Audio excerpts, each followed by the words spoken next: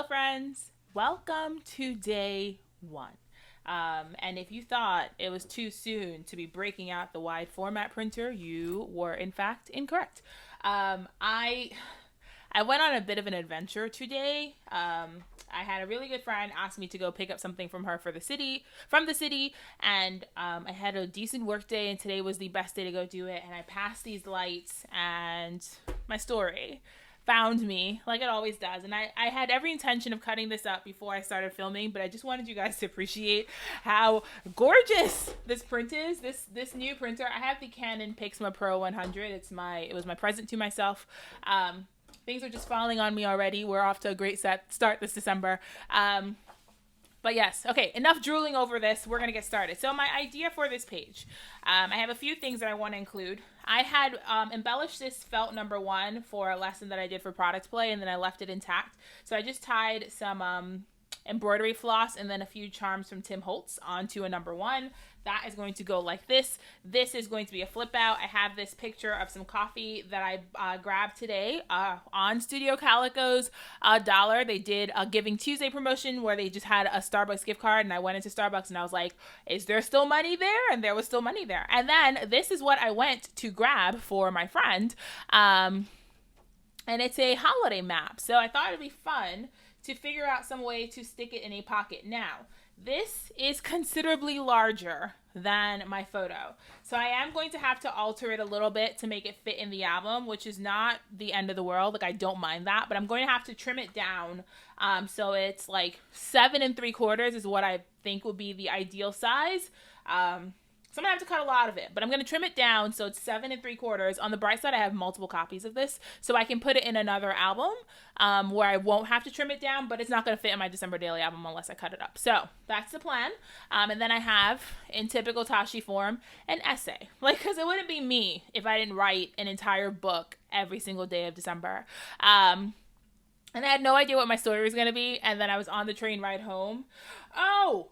This is not printed right because it doesn't have I got to print this again because I didn't put who my letter was to. Well, my letter is to Rockefeller Center, but I'm going to have to print this again because I didn't put who the letter was to. So I'm going to take a quick break, print my journaling again, chop up the necessary bits and pieces, and I will be back to finish this page. So I'll see you in a few minutes. Okay, so I'm back. So I made a few choices while I was gone. So here's what my journaling looked like before.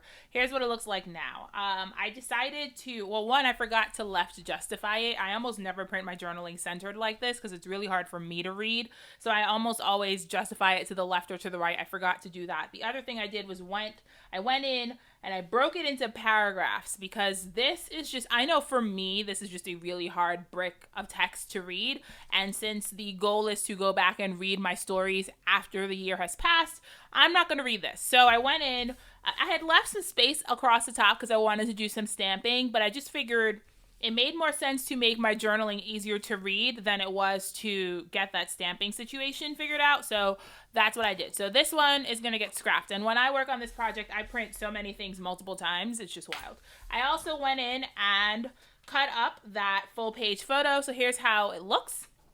And we're going to work on assembling. So the plan, here's my idea.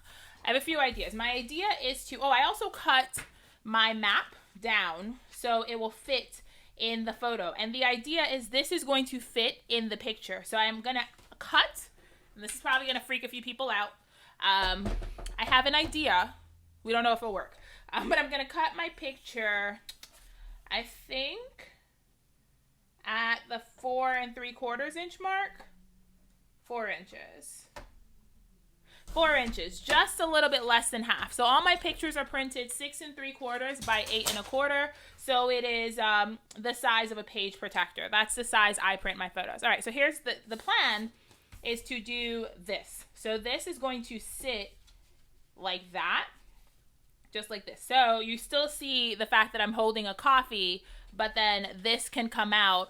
And so I have what I went on my scavenger hunt for, because the story that I'm telling is how I started my day with a scavenger hunt, and then a bunch of other things found me while I was looking for stuff. All right, so I have a piece of Neenah Classic Crest Solar White. This is the 110 pound version. This is like the chunky stuff. It's the extra thick stuff. I don't print on this because I think if I printed on this, my printer would break up with me. So I print on the 80-pound version, but I love the 110-pound for card bases, which is what I bought it for. But also, it holds up really well for building interactive elements. So I'm going to reassemble my photo on this. And before I reassemble it, the first thing I'm going to do is actually punch holes in it. And I probably should have done that before I cut it up. But I need to punch the holes now so that when I reassemble it on this piece of cardstock, the holes are in place. So I'm trying. I should have punched the holes before I cut the photo. So you live and you learn. That's the thing about doing these December daily videos kind of like live. I mean, they're going to be edited, of course. But the thing about doing these December daily videos kind of live, where I'm making things up as I go, is you get to watch the entire creative process, where I go, I probably should have done this the other way to make it easier on myself. But you live and you learn. All right. So I'm going to stick this down, this top piece, directly down on my cardstock. And then I'm going to use an unholy amount of foam to make a pocket. Now, there are other ways to make pockets. You don't have to use foam, but because I'm putting something super bulky in there, foam is your best bet. If I was just going to slip like a photo or something in there, I don't think I would need to use foam, but this is like cardstock folded on itself 3 times. I did not do that straight, but that's close enough. This is cardstock folded in on itself 3 times. It needs some foam tape. All right, so I have a bunch of foam tape, because foam is my love language. So I'm first going to use the 1/4 inch to make my pocket. And then I'm going to use the Big Mama Jamma roll from Scotch to fill in the rest of it. And I'm using the 1/4 inch foam tape because I want to make sure that, I want to cover as little of my photo as possible. So I could probably use the 1/8 inch foam tape, and that would take up even less space. But I'm just worried about the security if I just use the 1/8 inch. So I'm going to use, I have a bunch of different sizes of foam tape because foam's my jam. So I have 1/8 inch, 1/4 inch, and then I think the Scotch is half or 3/4. And the bottom line is I have an exorbitant amount of foam, and no one ever needs this much foam in their life except me, because dimensions life. So this 1/4 inch foam roll is from scrapbook.com. And then my other foam roll is just regular foam from Scotch that I got on Amazon, because I go through foam really fast, so I don't want to keep buying specialty craft foam, and the Scotch foam works perfectly. If it was narrower, I would use it for this, but the skinny foam works better. So here I'm just going in and I'm popping tiny pieces between the holes so that my photo sticks down even between the holes. So that's why I'm cutting up so much foam. I will almost be done. All right. So here's the plan. This is why I'm doing all of this madness. Here's the plan. So the plan is to put this like this, right? And then fill in this empty, I hope you guys can see. And then fill in that empty space with the thicker foam roll, and then stick the photo back on top of it. And that way, my pocket is like perfectly sized for the photo that I'm, like, for this map. And because this is double-sided foam tape, that's a little too long. Because this is, now it's a little too short. I can't win. Because this is double-sided foam tape, the photo is going to stick directly onto the foam tape. So I'm going to go ahead and release all this foam. And then we'll see if this idea works. Hopefully it works, because I just used a bunch of foam and a picture that I don't want to print over. I printed my picture with my new printer, so I think I'm going to print all my pictures, even the 6x8 ones, with the new printer, because the new printer is just amazing. So that's what I did. All right, so I'm going to leave this in place just so I can make sure that it works. And then I'm left-handed, so I do everything, that's my hair, that's gross. I'm left-handed, so I do everything kind of weird. So if you see me flipping things around, it's just so I can make sure I have the best vantage point for sticking things down. Gonna line up my holes, and you see, guys, this is why I punch the holes in advance, because once I put a mountain of foam tape on this, it is very hard to put those holes back in. All right, You guys see, that worked perfectly. And now I have a pocket for this map, and it just kind of sits in the photo. How fun is that? I think that worked out really well. That's so cute. And then I have all this negative space down here that I can embellish. So I'm going to figure out what I want to put in there. And then when that comes out, like, you can't even tell that I cut that photo. Like, unless I hold it up really close to the camera and I hold it like this, you can't tell that I cut that photo. So that's a complete photo when I take the map out. And then when I put the map in, it's a fun little pocket. All right, so phase 1 of this adventure, off to a great start. All right, let's move on to phase 2. I posted on Instagram about how I didn't know if my album was going to be interactive and all those other things, and I probably should have just remembered that this was me, and there was no way that it wasn't going to be. All right, so for day 1, there was a lot going on. So this is going to be how the spread looks in the album, and then it's going to flip out. Here's going to be my journaling. Here's going to be my map. So this is the complete spread. I left all this negative space when I typed my journaling for a reason, because every year, without fail, I type my journaling. I don't need the negative space. I end up punching holes in the words and making it really hard to read. So I'm making an effort this year to remember to leave that margin so that I can put my pages in my album and still read the words, since I work outside of the page protector so often. All right, there's just tiny little hole things flying everywhere. It's okay. All right, so that's going to be that. Now I just have to do a few things. I need to cut slits. All right, I'm going to do a few things. I'm getting ahead of myself. So I have to do a few things. The first thing I have to do is make my hinge to attach this photo to this photo. And I use the Neenah 110-pound cardstock for my hinges. And the reason I use this over washi is I think that there's just more integrity in the long run when you use cardstock versus when you use washi tape.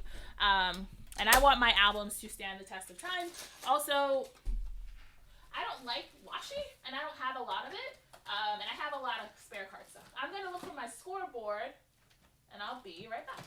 I'm going to get my Teflon bone folder and just crease this, because since it's 110, it is not going to, it doesn't want to be folded like what I'm doing. So I'm creasing it.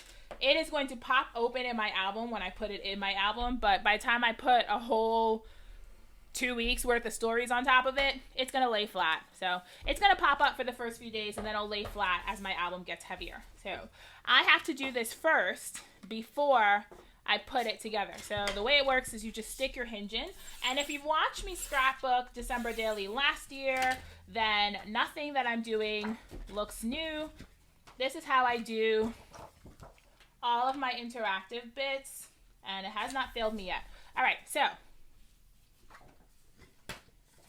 now I just got to put this. So I'm just going to adhere this down, and I'll be right back so you're not watching me play with glue for an hour.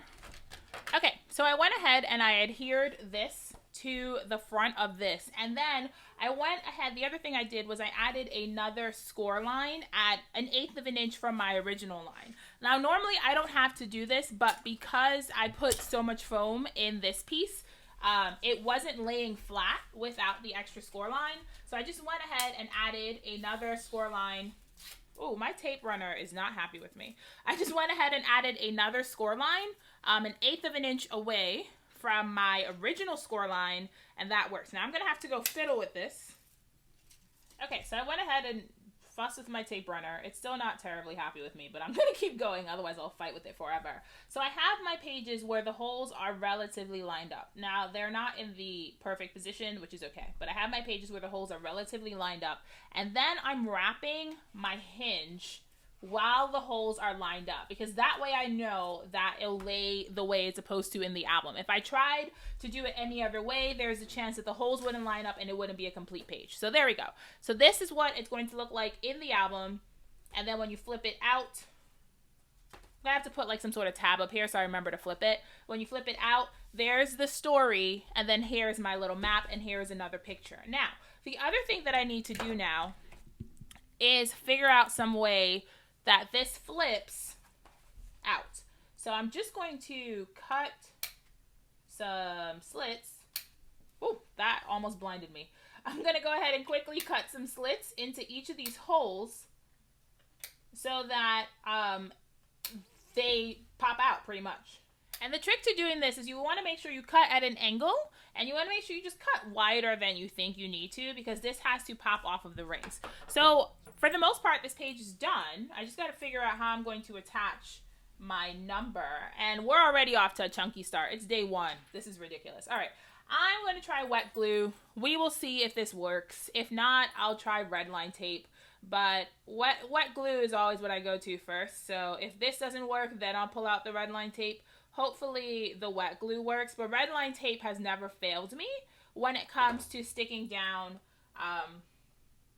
textured, dimensional things. So if the wet glue doesn't work, we'll go in with the red line tape. I was going to staple it, but the reason I opted not to staple it was because I didn't want the staple to show through the number. So I figured it would just make more sense to try to stick that number down. And that actually looks like it's gonna stick.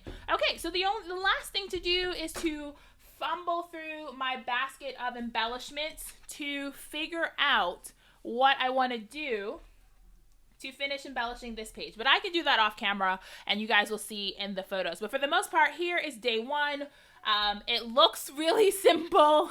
It took a few steps to get here. But I really just wanted the photo to stand out. Like, I didn't want to do anything to really alter the photo besides put a number on it, which is why I made that choice. Last year I read my journaling, and you guys seem to really like that. So this year I will read my journaling again.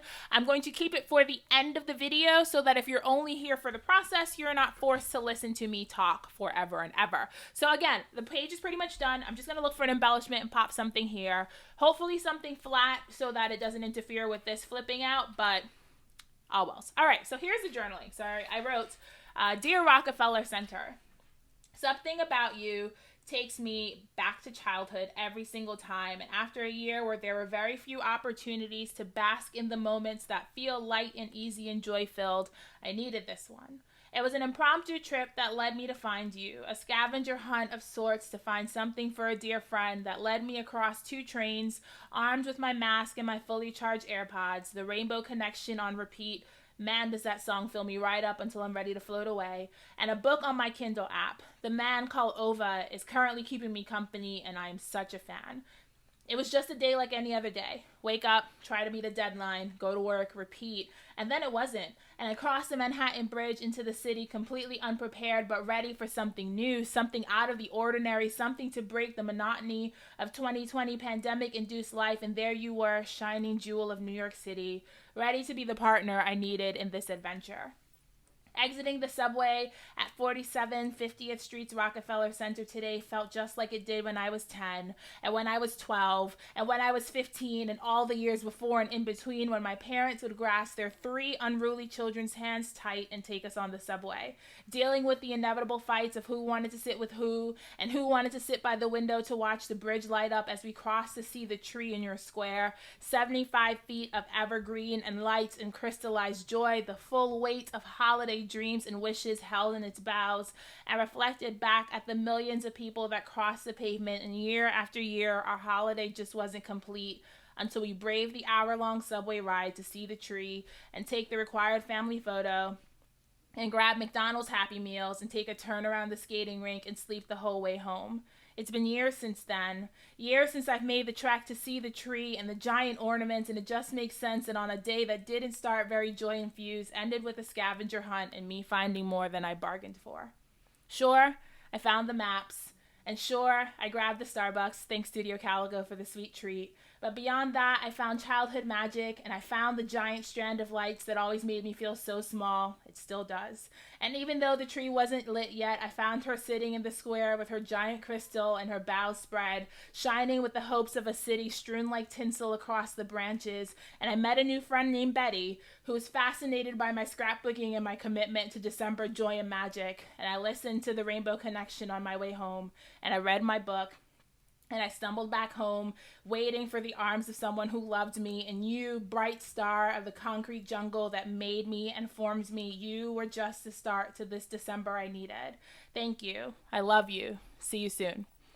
So So there is my day one story, a story about finding more than I bargained for in all the best ways. I think this is just, man, am I ready for this project. So I hope you enjoyed this video. Please like, comment, and subscribe. Let me know in the comments if you enjoyed the page, if it's sparking joy for you, if it's giving you any sort of creative tips. And I will see you every day this December. So you commit to meeting me in this space, and I'll commit to being here. So till next time, keep it crafty and have the very best day, and I'll see you around. Bye for now.